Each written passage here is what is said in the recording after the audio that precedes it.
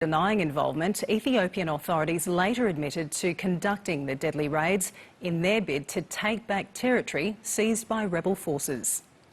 The cleanup gets underway in Mekelle, debris littering the streets of a city devastated.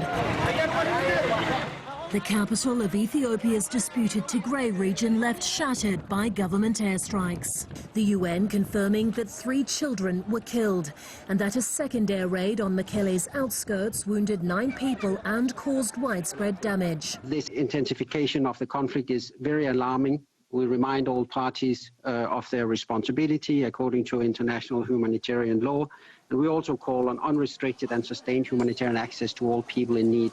The UN says 400,000 Tigrayans have fallen into famine and that 1.8 million are food insecure.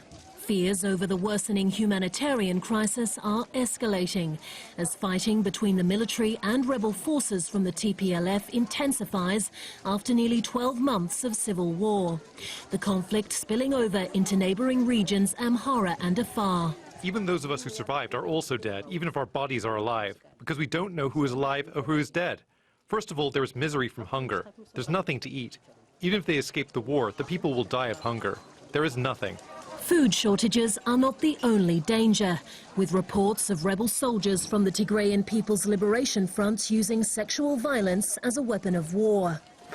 He raised his gun to me and threatened to kill me. I said okay to his demands. He also asked me for money and I said okay. Then he told me he was interested in me. I said, please do anything you want. And then he raped me.